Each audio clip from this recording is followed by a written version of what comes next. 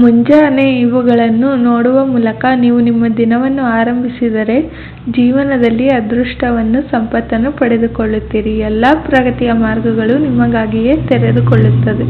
ಮುಂಜಾನೆ ಎದ್ದ ತಕ್ಷಣ ಏನನ್ನು ನೋಡಬೇಕು? ಮುಂಜಾನೆ ಎದ್ದ ತಕ್ಷಣ ಇವುಗಳನ್ನು ನೋಡಿದರೆ ಅತ್ಯಂತ ಶುಭ. ಹಾಲು ಅಥವಾ ಮೊಸರು. ಮುಂಜಾನೆ ಎದ್ದ ತಕ್ಷಣ ನಾವು ಬಿಳಿ ಬಣ್ಣದ ವಸ್ತುಗಳಾದ ಹಾಲು ಅಥವಾ ಮೊಸರನ್ನು ನೋಡುವುದು ಅತ್ಯಂತ ಶುಭ ಸೂಚನೆಯಾಗಿದೆ. ಬೆಳಗ್ಗೆ ನಾವು ಈ ಎರಡೂ ವಸ್ತುಗಳನ್ನು ನೋಡುವುದರಿಂದ ಅದೃಷ್ಟವನ್ನು ಮನೆಗೆ ಆಹ್ವಾನಿಸಬಹುದು. ಈ ಎರಡೂ ವಸ್ತುಗಳು ಶುದ್ಧತೆಯ ಪ್ರತೀಕವೂ ಹೌದು. ಕನ್ಯೆಯಿಂದ ₹1 ನಾಣ್ಯ. ಕನ್ಯೆಯರನ್ನು ಶ್ರೀದೇವತೆಯ ರೂಪವೆಂದು ಪರಿಗಣಿಸಲಾಗುತ್ತದೆ. ಕನ್ಯೆಯೊಬ್ಬಳು ಮುಂಜಾನೆ ನಿಮಗೆ ₹1 ನಾಣ್ಯವನ್ನು ನೀಡಿದರೆ ಅದು ನಿಮ್ಮ ಅದೃಷ್ಟದ ಸಂಕೇತವಾಗಿದೆ. ಗೂಬೆ. ಕೆಲವೆಡೆ ಗೂಬೆಯನ್ನು ಶುಭ ಸೂಚನೆ ಎಂದು ಲಕ್ಷ್ಮೀದೇವಿಯ ಆಶೀರ್ವಾದವೆಂದು ಪರಿಗಣಿಸಿದರೆ, ಇನ್ನು ಕೆಲವೆಡೆ ಗೂಬೆಗಳನ್ನು ಅಶುಭದ ಸಂಕೇತವೆಂದು ಪರಿಗಣಿಸಲಾಗುತ್ತದೆ. ಬೆಳಗ್ಗೆ ಎದ್ದ ತಕ್ಷಣ ಲಕ್ಷ್ಮೀದೇವಿಯ ವಾಹನವಾದ ಗೂಬೆಯನ್ನು ನೋಡುವುದು ಹಣದ ಸುರಿಮಳೆಯನ್ನು ಸುರಿಸುತ್ತದೆ.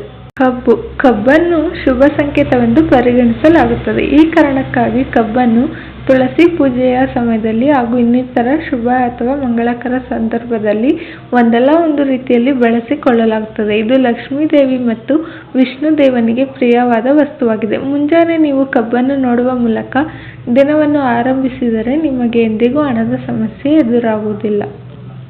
ಸುಮಂಗಲಿ. ಮುಂಜಾನೆ ನೀವು ಯಾವುದೋ ಒಂದು ಮುಖ್ಯವಾದ ಕೆಲಸವನ್ನು ಮಾಡುವುದಕ್ಕಾಗಿ ಮನೆಯಿಂದ ಹೊರಗಡೆ ಹೋಗುತ್ತಿದ್ದರೆ ಈ ಸಮಯದಲ್ಲಿ ಕೆಂಪು ಸೀರೆಯುಟ್ಟ ಹಾಗೂ ಅಲಂಕಾರ ಮಾಡಿಕೊಂಡ ಸುಮಂಗಲಿಯನ್ನು ನೋಡಿದರೆ ನೀವು ಮಾಡಲು ಹೊರಟ ಕೆಲಸದಲ್ಲಿ ಯಶಸ್ಸನ್ನು ಪಡೆದುಕೊಳ್ಳುತ್ತೀರಿ.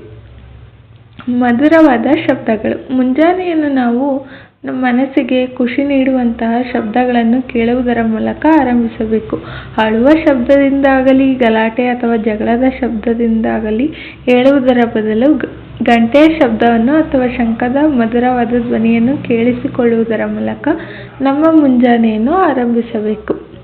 ಇವುಗಳನ್ನು ನೋಡುವುದು. ಮುಂಜಾನೆ ಸಮಯದಲ್ಲಿ ನೀವು ಶಂಖ, ಹೂವು, ತೆಂಗಿನಕಾಯಿ, ಹಂಸ, ನವಿಲು ನೋಡುವುದು ಅತ್ಯಂತ ಮಂಗಳಕರ ಸೂಚನೆಯಾಗಿರುತ್ತದೆ.